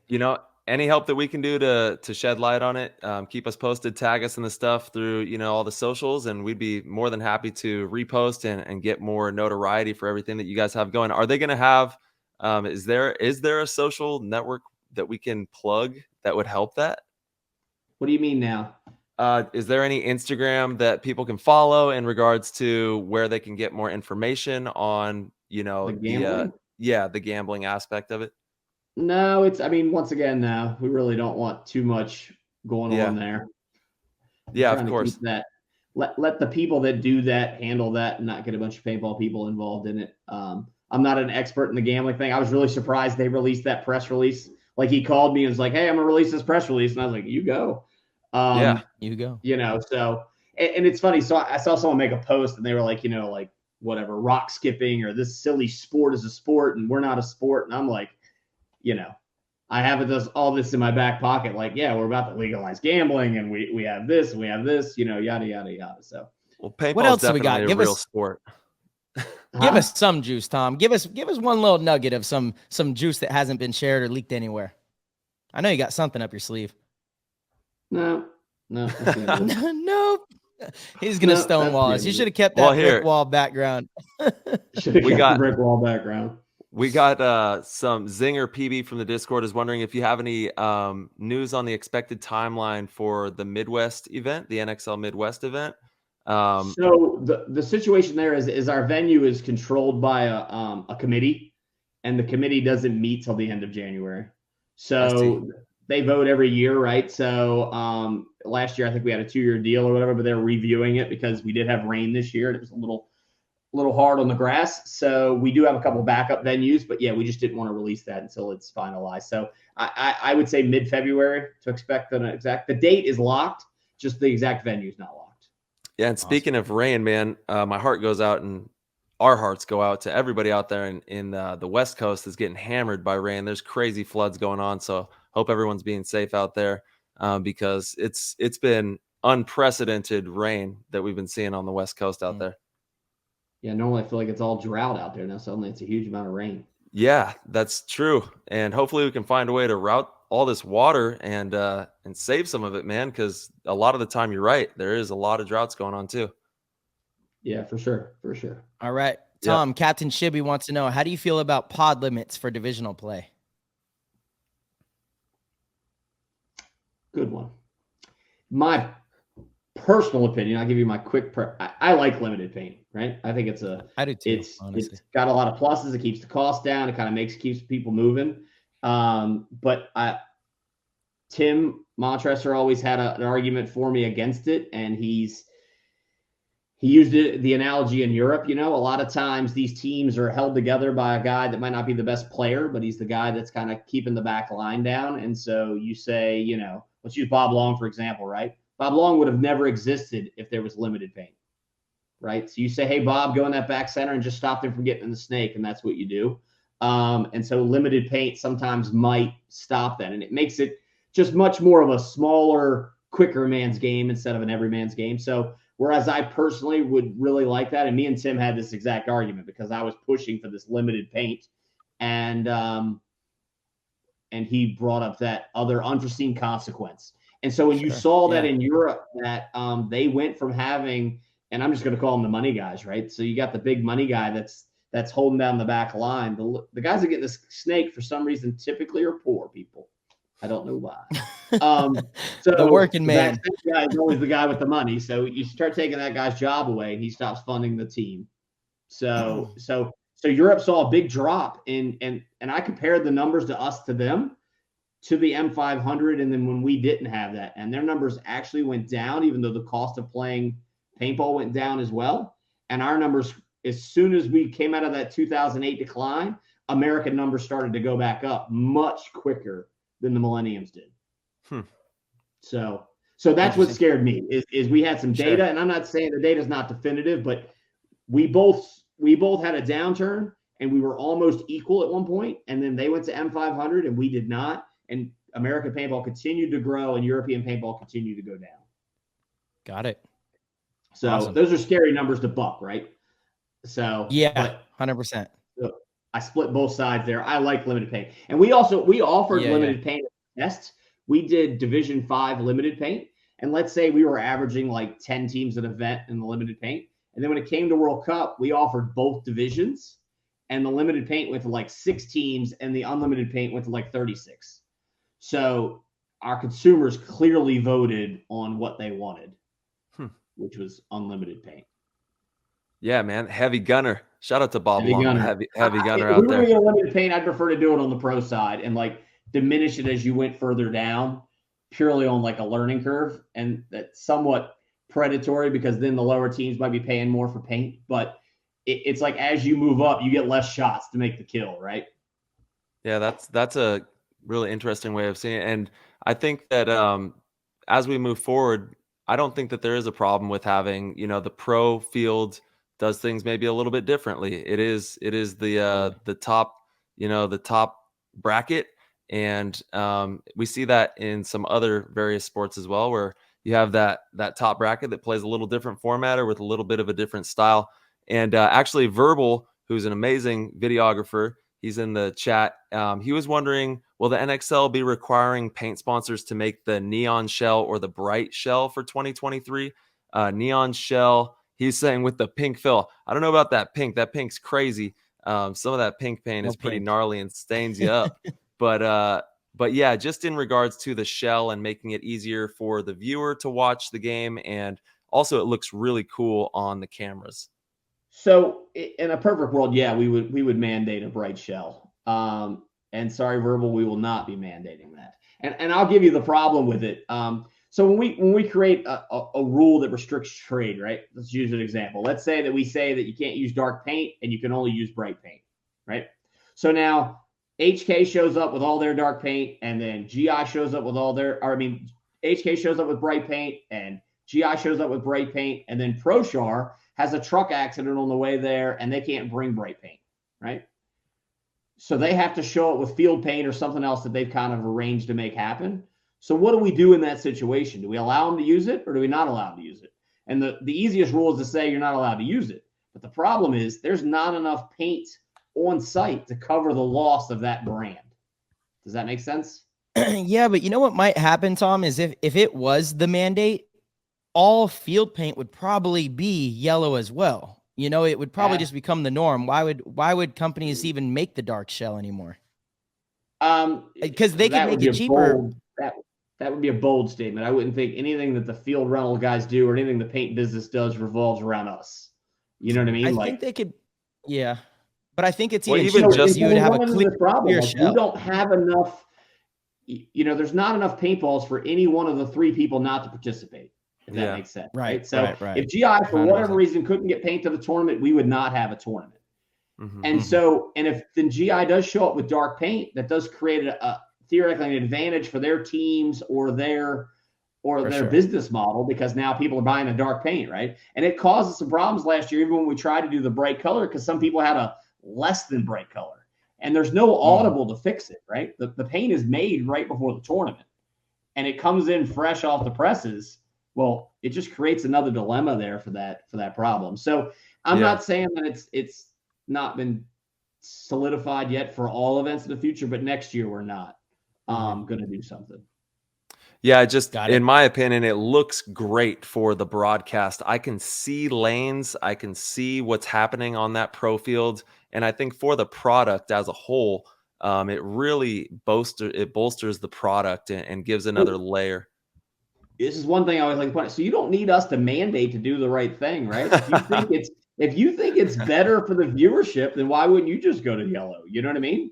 I'm all about it. Because your teams are at a disadvantage if your company's the only one that does it. Same problem I'm going to run into if one of them can't do it. You know what I mean? Yeah. So it's just it's a problem. Moving into the future, having, obviously we want to make the best product we can possibly make for people that are indulging in this thing that we love, this paintball game. And I really hope we'll take a good look at that and find a way to make that come to fruition. Verbal, hit me up later in the week or whatever. I'd like to talk to you a little bit about what paint colors you thought worked the best and kind of like what we can do to make it a little better. I do want to hear your insight there on that. Yeah, he is the man. He was also wondering like the bungees at the corner. He said gets one question. Media guys get one question. That's it. That is it. BJ Manny's wants to know, is dropping the points multiplier down being discussed so that way teams don't get their season title stolen? I don't like the verbiage of that because, again, World Cup is like the Super Bowl. I get it, but I do agree. I feel that the multiplier at the end of the year should be dropped down. Have you guys talked about that, Tom? So we're currently in talks about that right now. I mean, we're looking at it. We're comparing it to what it did. Yeah, I mean, in the end, the World Cup is the Super Bowl of paintball. And so I do think it should be heavily weighted. We're going to go back and compare what happened this year to other years that we had 5 events, because that was one of the real things that messed it up was people could drop by default. They were losing some of their open scores, right? The way the brackets worked, right? So we're going to go back and apply our math to past years and see if it really changed anything and how it worked out. But overall, I like people coming into World Cup feeling like they still have a remote chance at winning the title, whereas in the past, it's pretty much decided. And I know it caused some stress, but That's interesting. I think it worked out well. Yeah, that's a very interesting point, actually. It does give a lot of teams hope still. I just there are a few teams that definitely I feel bad for them, but in the same breath I don't, though, because it's it's World Cup. And if you win the series and don't win World Cup, it's not even that sweet.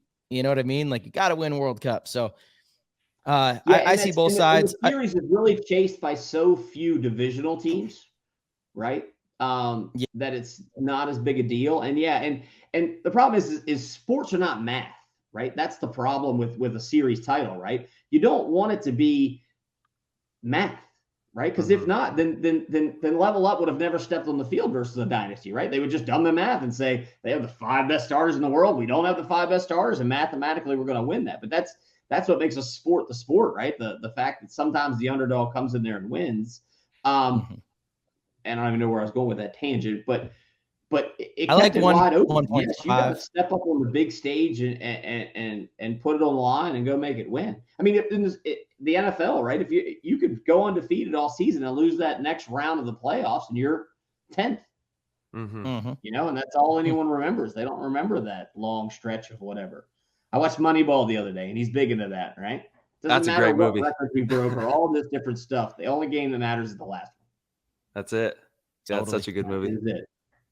All right, I got the one JT. Tom, when in Philadelphia for the Mid-Atlantic event, do you stop off for any Philly cheesesteak, or where are you going? That's a tough one. So when I get to the Mid-Atlantic, I like scrapple, and most people don't even gonna know what scrapple is. Yeah. Scrapple's like a breakfast thing that we eat back east. So I always go back to that. I'm not a big Philly cheesesteak guy, so I'm more of a Maryland-style crabs and some scrapple kind of guy. So there we go. Nice.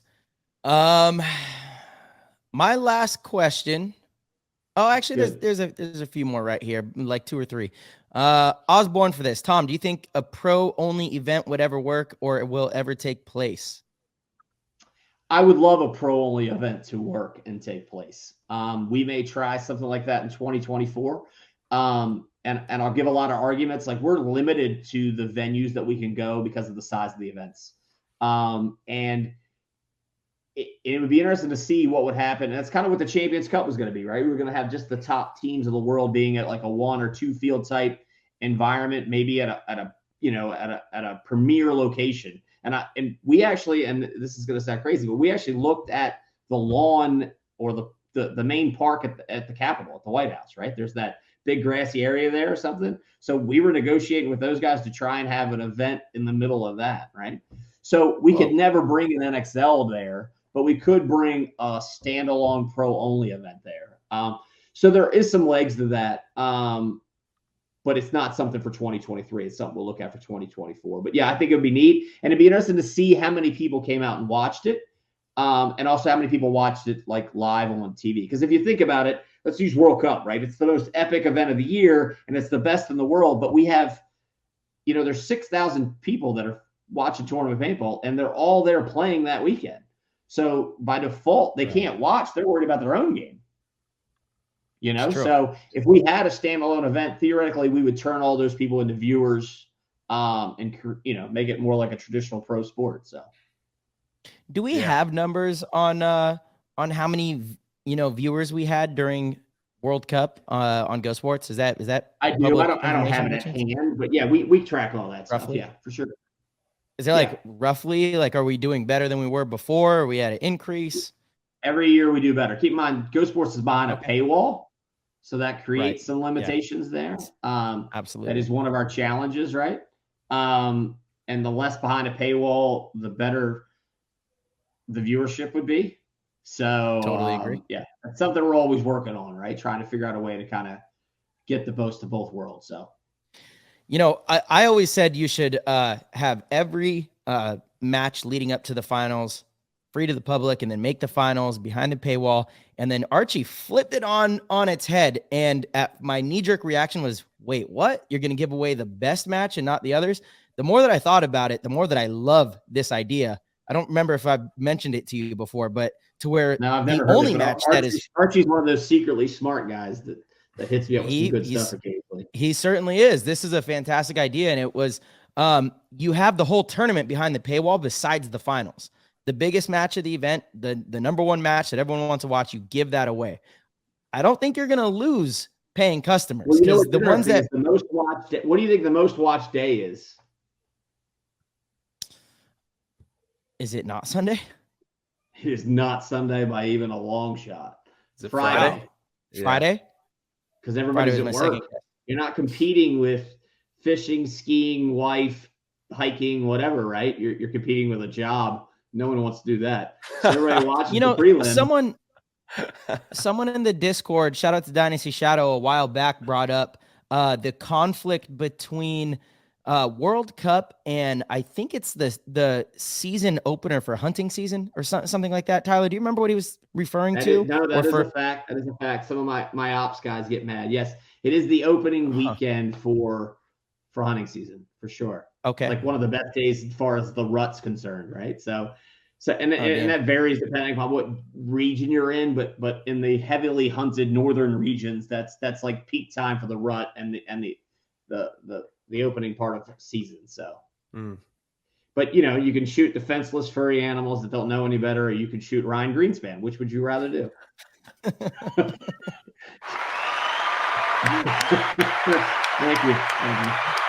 Thank you. Well, shoot, Tom, I'm all out of questions from the Discord. I appreciate your time. I don't know, Ty, did you have another? do you have anything else from the Discord, Ty? No, I just wanted to know, Tommy, what was your jersey number when you were playing pro? I was number one. Numero uno. The chosen I almost put on like an old jersey, right? Because I think everybody forgets that I played half the time when I do these calls. No, you've been in the trenches, man. You have. Yeah, it's been a long time, that's for sure. Yes, and we appreciate you, Tom, for taking the time to connect with everybody, because you truly are tapping in with the paintball community. They issue these questions, and it means the world to them to have you clarify all these different subjects we go over, because a lot of the times, they might go in the chat threads of comments on pictures and all these different places, but it's just great to have straight from the source, from the main man himself. If anybody's got something, they can email me, tom@nxlpaintball.com. I mean, since I started doing these shows, more people do reach out to me, and we'll take a little shot. We call it the Valkyrie League ideas, right? Everybody's always got some crazy idea, but they should send them to me, right? Or if they got a real question, I'll answer it. You know what I mean? Like, absolutely. Posting something, 8 levels down on a Damian Ryan thread is not going to get my real answer, right? So, and that's the shot I took at Will Ball Pursuit guy. It's like, if you really got a question, then you should just reach out to me. Just don't post a whole video about like what coulda, shoulda, woulda been. Just reach out and ask me. I'm not secretive. I may say I can't answer that because it's too whatever, but I will try. Yeah, and we can't wait for the 2023 season, man. It's gonna be fun. Yeah, 100%. Honestly, can't thank you enough for sharing the time with us and being honest and open with everything. As always, these are always some of my favorite shows. You really are paving the path for professional paintball for all divisional players. The NXL is the biggest, largest, greatest league in the world, and it wouldn't be there without you at the helm. You've had a lot of experience doing this, so thank you. Look forward to it. It's nice to hear from you on the show, and hopefully we'll see you soon. I appreciate it, guys. Thanks. All right, bud. Have a good night. Yep. Night. Peace. All right, everybody. Thank you guys for tuning in. As always, if you guys would like to support the show, head over to ptgpaintball.com, click the Patreon link, and sign up at any level to get access to our Discord, become a GOAT, and get all sorts of extra benefits. Our website is brought to you by Rusty Glaze at Concert Pursuit. If you guys need web design done, Rusty is your guy. Don't look any further. All right, everybody. As always, we will see you very soon.